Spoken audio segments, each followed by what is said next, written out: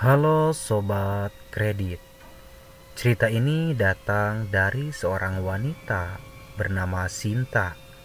Oke, kali ini aku akan berperan sebagai Sinta. Silahkan tonton videonya sampai akhir.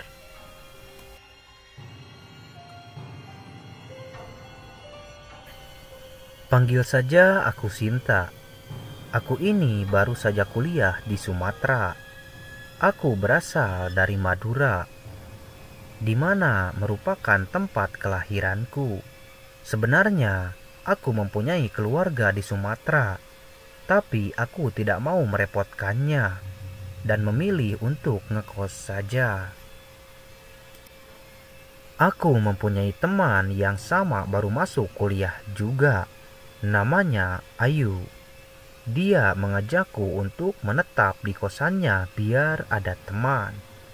Aku pun memutuskan untuk ngekos di tempatnya.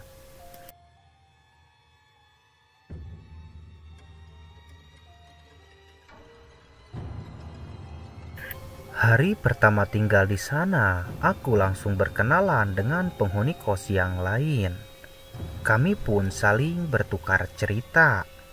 Sampai akhirnya, topik pembicaraan berganti menjadi cerita hantu. Katanya, di kosan ini ada penunggunya.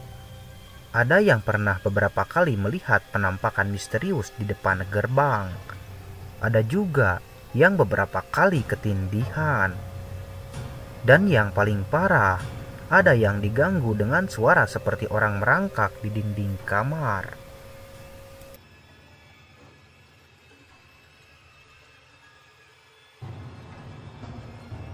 Mendengar hal itu, aku langsung ketakutan.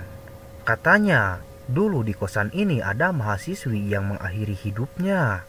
Dia melakukan itu karena hamil di luar nikah.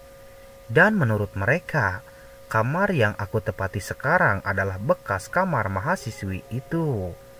Aku percaya dengan makhluk gaib, tapi mereka tidak akan mengganggu, kataku kepada mereka. Aku sebenarnya orang yang penakut, tapi sengaja bilang begitu agar mereka tidak menakut-nakuti. Saat itu malam hari, aku sedang mengerjakan tugas dari seniorku. Ayu juga baru mengerjakannya malam hari. Tugas ospeknya sangat banyak, sehingga kami mengerjakannya sampai larut malam. Sebenarnya, dari tadi aku sudah ingin buang air kecil. Hanya saja aku takut pergi ke toilet. Padahal toilet berada di dalam kamarku. Karena mendengar cerita anak kosan tadi, aku jadi merinding sendiri. Tapi karena sudah tidak tahan lagi, akhirnya aku pun pergi ke toilet.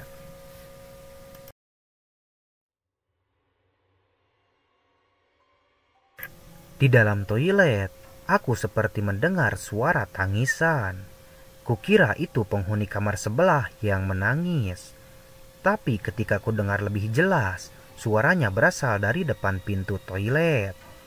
Aku langsung berlari keluar karena ketakutan.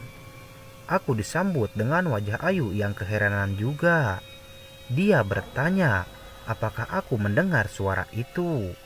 Ternyata dia juga mendengarnya.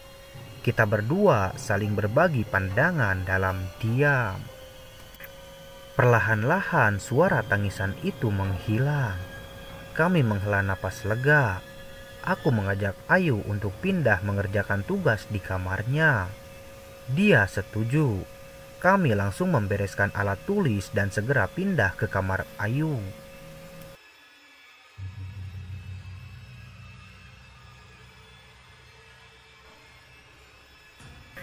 Aku berusaha melupakan suara tangisan tadi dan fokus mengerjakan tugas. Akhirnya aku menginap di kamar Ayu karena tidak berani tinggal sendirian. Kami berdua tidur dengan lelap. Tidak ada kejadian apa-apa saat kami tidur. Aku kembali ke kamarku pada pagi harinya dan tidak ada sesuatu yang aneh.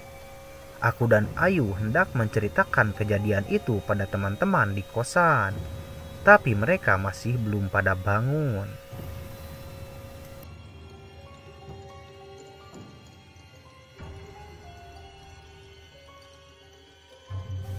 Singkat cerita, setelah selesai acara di kampus pada hari itu, aku pulang dan tiba di kosan jam 9 malam. Aku langsung masuk kamar dan berbaring di kasur karena sangat lelah setelah seharian mengikuti ospek. Namun kejadian kemarin kembali terulang. Saat tengah malam, suara tangisan itu muncul lagi. Waktu sedang tidur, aku terbangun dengan kaget dan seluruh bulu kuduk langsung berdiri. Aku hanya bisa diam di tempat tidur karena sangat ketakutan. Suara tangisan itu tiba-tiba berubah menjadi suara orang cekikikan. Aku menutup rapat mataku dan tidak berani membukanya. Mendengar cekikikannya, langsung terbayang di kepalaku adegan bunuh diri. Aku merasa air mata membasahi kedua pipiku. Dan tiba-tiba, seperti ada suara garukan di bantalku. Aku merasa ada hawa yang aneh di atas kepalaku. Seperti ada udara dingin yang berputar di pundakku. Tiba-tiba pipiku terasa tersentuh dengan benda tumpul. Rasanya seperti jari tangan manusia. Jari-jari itu membelai pipiku perlahan. Aku memejamkan mata setelah terus berdoa. Kemudian, persis di sebelah telingaku, aku mendengar suara bisikan. Suara itu seperti sedang menenangkan bayi yang menangis. Aku penasaran dan membuka mata melihat ke arah kanan. Ya ampun, di sebelahku ada seorang wanita yang sedang berbaring dan rambutnya yang panjang. Wajahnya putih pucat dan matanya hitam semua. Aku langsung melompat dari ranjang dan terjatuh ke lantai.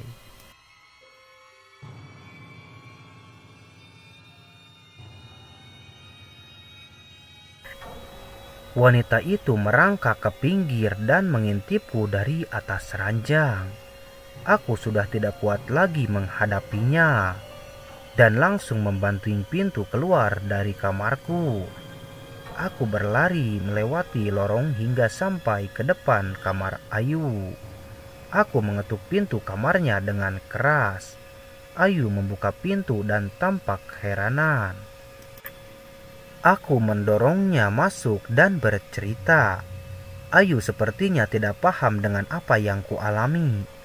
Lalu dia mengajakku untuk membangunkan penghuni kos lain. Setelah semua pada bangun, akhirnya kami semua pergi ke kamarku dan memeriksanya.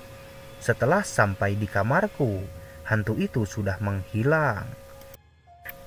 Sekarang aku tidak berani tidur di kamar itu lagi. Dan kamar itu dibiarkan kosong oleh pemilik kosan tersebut. Namun ketika aku sedang terjaga di malam hari, terkadang suara tangisan itu sayup-sayup masih terdengar dari arah bekas kamarku tersebut.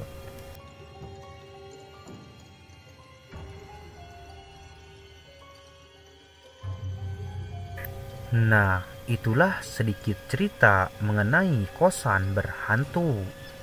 Percaya atau tidak percayanya Anda dengan cerita tersebut, itu kembali lagi kepada diri Anda masing-masing.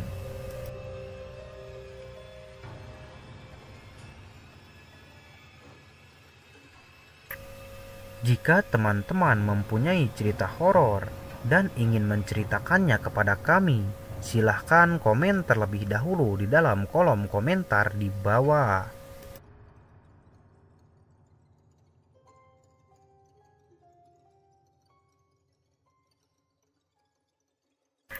Terima kasih telah menonton video ini sampai akhir. Sampai jumpa lagi di video selanjutnya.